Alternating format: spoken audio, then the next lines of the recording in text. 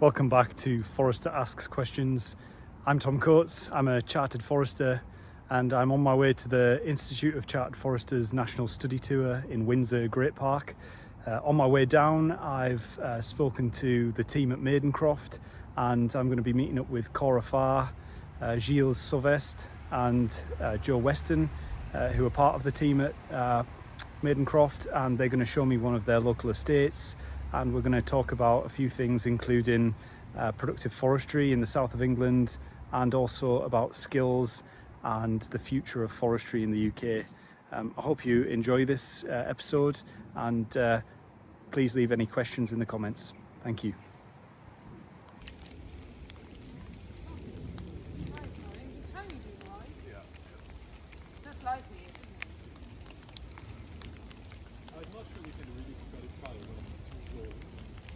No, I've tried this turning before, but it's just... Today I'm with Joe Weston of Maydencroft. I've joined the whole team for a little visit and to see what goes on in the south of England, and I thought it'd be a great opportunity just to catch up with a few of the team on some of their thoughts on forestry and skills in forestry and what forestry might look like in the future. So I thought I'd maybe start by speaking to Joe, who is a forest manager at Maydencroft. And do you want to just say a little bit about yourself, how you got into forestry? So I got into forestry after university. I took a job on an estate in Berkshire, and I got onto that estate through the Forest Roots programme, and I was there for 12 months before moving into consultancy, where I've been ever since, which was around 3.5 years ago. Okay. And it's fair to say that obviously you've had a fairly recent experience of training in forestry. What do you think in terms of training and education could be improved to sort of prepare foresters for a modern career in forestry? I think it can be done by both the company taking on that person. I think that can be done through more training in soft skills, how to manage projects, more into negotiation, sort of negotiation training, how to talk to contractors, etc. Because I don't think universities do that enough, and that's such a big part of our role. And in this day and age, social media pressures, etc., as a young person you're not really taught, well you are, it's more open, but it's not taught how to manage that. So I think universities can do a lot more to help people, and also start with that sort of soft skills training, project management and this kind of thing. And so with that in mind then, what do you think a sort of forester of the future will look like in both skills and mindset? It's difficult because I think there's such a divide in commercial and amenity, etc. And that's been there for years, but I think that's changing, especially from COVID. I think foresters need to be a lot more multidisciplined. We need to be aware of the sort of ecological situations around forestry, as well as, since COVID's been, access in woodlands have been a lot more in public perception, and it's how to deal with the negatives and the positives that come with that. So I think that's a lot more, and I think we need to be a lot more proactive with management and being more up to date on sort of soils and species selection, and really trying to think about what we're trying to do rather than just react to have a knee-jerk reaction to what's just happened. Right, okay. Excellent. Well, thank you very much for your time today, Joe. Excellent. So today I'm with Gilles in the south of England. We're looking at some estate management here. We stood in a really productive forest. We can see there's activity going on, but it's very, very different to forestry that I'm used to. So Gilles, very good to meet you today. Very good to meet you too, thank you. And maybe just start off by saying a little bit about yourself and your career in forestry. Of course, yeah. So I came to forestry, I think, because I grew up surrounded by woodlands, so it was quite a good motivation to work in this field. And I trained in France, and I've been working in France for about 11 years in different parts of the forestry world, so management, timber sales, timber harvesting, and so on, and different places in the country, in the mountains or in the lowlands, and so on. And I moved to the UK about 5 years ago and started to work in forestry 2.5 years ago with Maydencroft. Okay. And how have you found that so far? Interesting. Yes. Some challenges that are quite similar to France, and some are completely new. So on one of those challenges, something that we come across quite often in the UK is sort of striking the balance between productivity, timber producing forests, and also biodiversity and climate resilience. How do you think foresters can do that? I think it will all go through diversify our woodlands. It has all the advantages, but it has to be, there is not one recipe, not one size fits all. We have to find species that are both able to produce timber, matching the requirements of the industry, that can withstand climate change, that can withstand deer, that can withstand grey squirrel here, which is one of the new challenges. And it has to be very specific to every area of this country. But also the way you are managing the woodland and diversify it will also vary. You can work feet by feet, you can work with a mosaic of small pure species stands, and you can mix everything. So it really depends on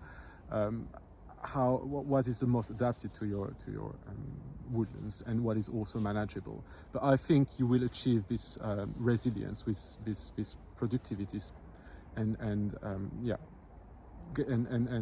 having woodlands are aesthetically pleasing and nice for the people by diversifying them, and in terms of species and of structure. And I guess with diversity comes complexity. What do you think foresters of the future will look like, both in terms of skills and mindset? It's a very good question. I think first, our woodlands, the foresters will need to be as resilient and adaptable as the woodlands they manage. In the years to come, we'll probably have things that will completely change our day-to-day work. A pest coming, a devastating impact of a storm or something, and us foresters need to be able to adapt to these constraints, to this change in our work, and also be resilient, because it takes a toll on you when you have this.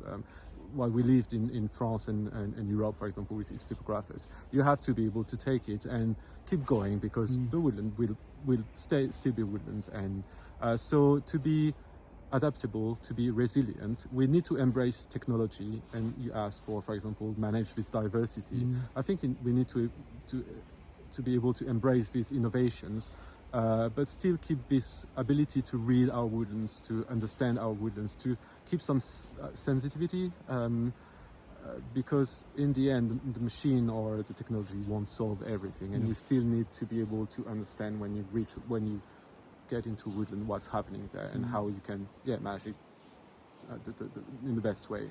I think we also need to be able to, and we'll have to experiment.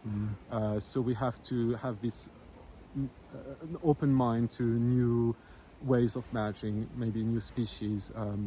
But still, at some point, you can't just experiment. You need to make decisions and I'm not sure how to say that in English, but to throw yourself and decide, okay, this might not be the best solution, but so far that works, so let's try it. And so experiment, but make decisions. And I think another very important mindset and skill we need to master more and more is communication, but not only communication with the public, and we've been talking a lot about it recently, to make the people more aware of what we're doing, why it is acceptable, and so on. But it's also communicate a lot between us foresters, because especially in these challenging times, and all this experimentation we need to do to adapt our management to the new challenges we're facing, we need to be able to communicate between each other and say, okay, I've tried that works, oh, that didn't work.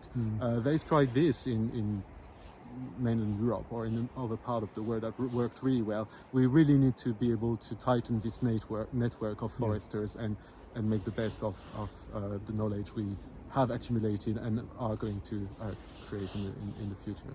So knowledge transfer is something that you're advocating, yeah? Definitely, definitely.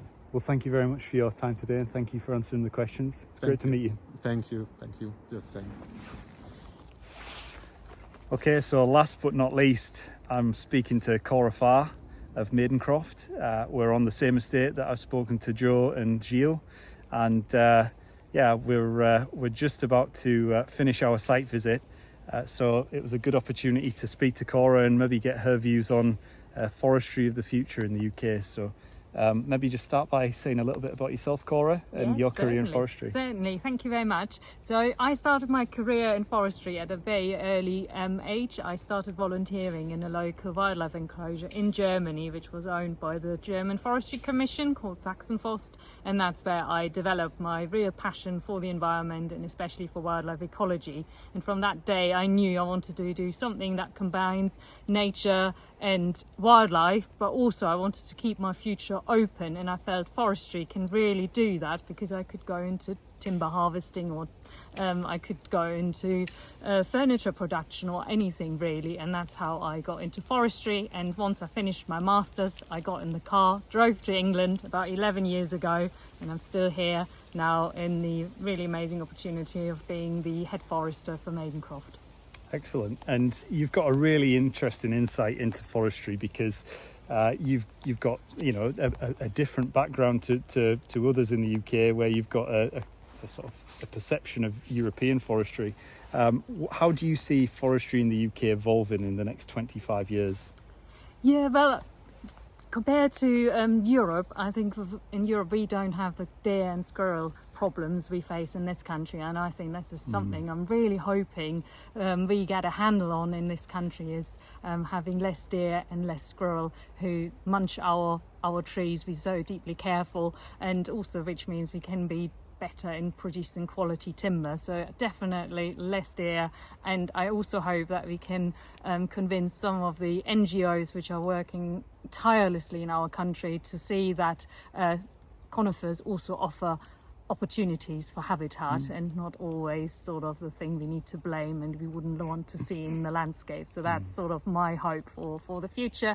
And I think it's also really good to see that there's more emphasis put on the education, and with the new woodland officer development program and the new apprenticeship programs up north, I think we will get also a better skilled workforce coming onto the market, which I'm really looking forward to how that is developing.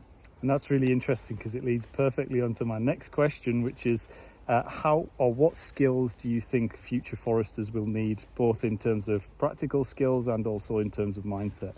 Yeah, in terms of mindset, I think my job is we're really busy people, and university really prepares you well for the theoretical knowledge, but actually being out in the woodland, sort of working alongside or with UKFS in mind, with the clients' sort of ideas and objectives in mind, whilst also ensuring access can be secured and the timber can be sold. There's a lot of things we always have on our plate, and there's a lot of plates spinning. So I think the emphasis is really on being able to adapt, be flexible, and also be a good communicator, because a lot of people go into forestry because they really like walking and working in woodlands, whereas we need to do a lot of communication and tell people our stories about how important timber production, nature conservation, and also how important woodlands are as a recreational facility. So it's a lot to juggle, and I think we need to do it a bit more on the soft skill side of things. And I would also hope that we take more a look at what European foresters are doing and how they have overcome some challenges, and maybe take some advice from them in the future. I think that would be really good. Cora, that's absolutely brilliant. Thank you very much for your time today, and thank you for showing me the estate. Thank you for coming. It was lovely to meet you. Excellent. So finally, for the team at Maydencroft, what gives you hope for the future of UK forestry?